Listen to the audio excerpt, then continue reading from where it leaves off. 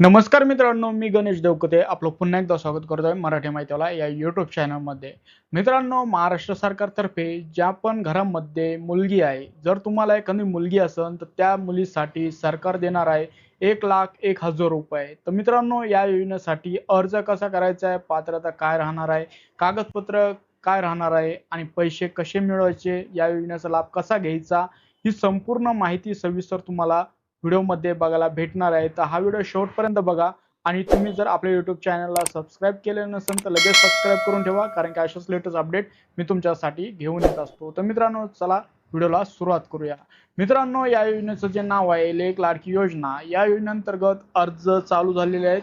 आता इथे बघू शकतात, हा एक अर्ज आहे. हा अर्ज तुम्हाला आपल्या व्हिडिओच्या डिस्क्रिप्शनमध्ये बघायला भेटेल. हा अर्ज कसा भरायचा ते मी आता सांगणार आहे आणि त्याच्यासोबत कागदपत्र काय काय जोडायचे आहे आणि कुठे द्यायचं आहे हे पुढे तुम्हाला मी सर्व माहिती सविस्तर सांगणार आहे.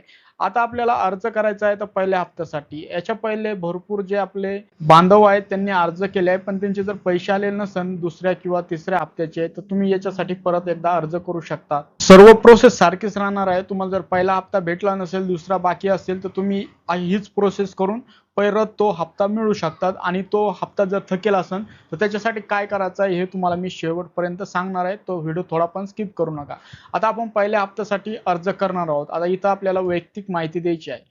जसं की आता आपल्याला लाभार्थ्यांचे नाव टाकायचं आहे. आता आपलं पहिले अपत्य आहे, तर आपण लाभार्थ्यांचं नाव पूर्ण टाकून घेणार आहोत. ते आधार क्रमांक जो आहे तो टाकायचा आहे. लाभार्थ्यांचे जे पालक आहे त्यांचं इथं नाव येणार संपूर्ण, त्यांचा इथं आधार क्रमांक येणार, त्याच्यानंतर मोबाईल नंबर येणार जो चालू आहे. मेल आय डी दिला तर चांगलंच आहे, कारण की ज्या पण काही अपडेट असतील तर तुम्हाला मेलवरती मिळत राहतील. आधार कार्डची एक प्रत या फॉर्म सोबत जोडायची आहे. त्याच्यानंतर आता इथे तुमचा जो निवासस्थानाचा पत्ता आहे तो द्यायचा असतो. जसं की तुमचं घर क्रमांक, परिसर कोणता आहे, रस्ता कोणता आहे, गावाचे नाव, शहराचे नाव, पोस्ट ऑफिस कोणता आहे, तालुका कोणता आहे, परत जिल्हा कोणता आहे, पिन कोड कोणता आहे, हे टाकायचं. आणि इथं तुम्हाला जो मोबाईल नंबर चालू आहे तो टाकून घ्यायचा आहे. त्याच्यानंतर आता महत्वाची टिप म्हणजे या योजनेअंतर्गत लाभ घेण्या टायमाला किंवा लाभ घ्यायच्या वेळेस तुमची आपत्तींची संख्या जिवंत किती आहे तुम्हाला इथं ती द्यायची आहे. 1 आहे का 2 आहे, इथं माहिती तुम्हाला द्यावी लागते.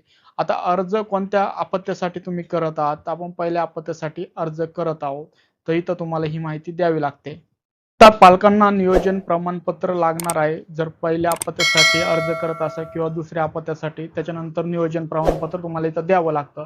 आता सर्वात महत्त्वाचं म्हणजे ज्या बँकेमध्ये तुम्हाला हे पैसे पाहिजे त्या बँकेचा खाते क्रमांक टाकायचा आहे, IFSC कोड टाकायचा आहे, शाखेचं नाव टाकायचं आहे आणि आधारशी लिंक आहे का नाही हे तुम्हाला इथं जोडायचं आहे. शक्यतो तुम्हाला जी बँक आधारशी लिंक आहे तीच बँक इथं द्यायची आहे आणि जी माहिती आहे ती व्यवस्थित भरायची आहे, चुकी करायची नाही, तरच तुम्हाला या योजनेचा लाभ भेटतो.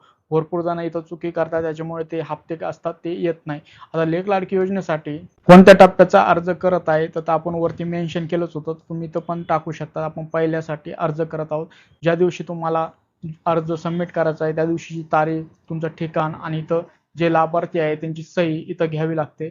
त्याच्यानंतर आता अर्जासोबत जे जोडायचे डॉक्युमेंट आहे, बेसिक डॉक्युमेंट आहेत, जेवढे असतील तेवढे तुम्ही जोडू शकतात. हे सर्व डॉक्युमेंट सर्वांकडे राहत असतात. तर इथं बघू शकता ही लिस्ट आहे, याचा तुम्ही फोटो काढून ठेवू शकतात.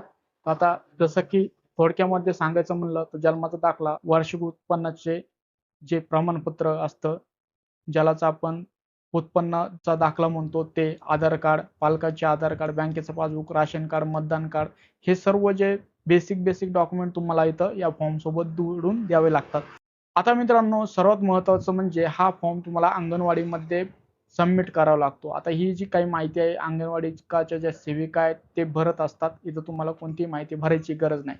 त्याच्यानंतर तुम्ही जे पण डॉक्युमेंट देतात, जसं की इथं सर्व डॉक्युमेंटची लिस्ट देण्यात आलेली आहे. आता कोणते डॉक्युमेंट दिले आहेत, ते लागू आहेत का नाही, हे सर्व माहिती चेक करतात, क्रॉस व्हेरिफिकेशन करतात. त्याच्यानंतर तुमची अर्जाची जी प्रोसेस आहे ती पुढे होत असते. त्याच्यानंतर अंगणवाडी सेविका यांची नाव आणि स्वाक्षरी इथं येत असते. त्याच्यानंतर आता प्रवेशिका यांनी भरायची माहिती, सर्व माहिती त्या व्यवस्थित भरून त्यांची सही शिक्का इथे येत असतो. त्याच्यानंतर आता सर्वांना एक लक्षात ठेवायचं आहे, भरपूर जणांनी अर्ज केलेला आहे, आता नवीन अर्ज करत आहे.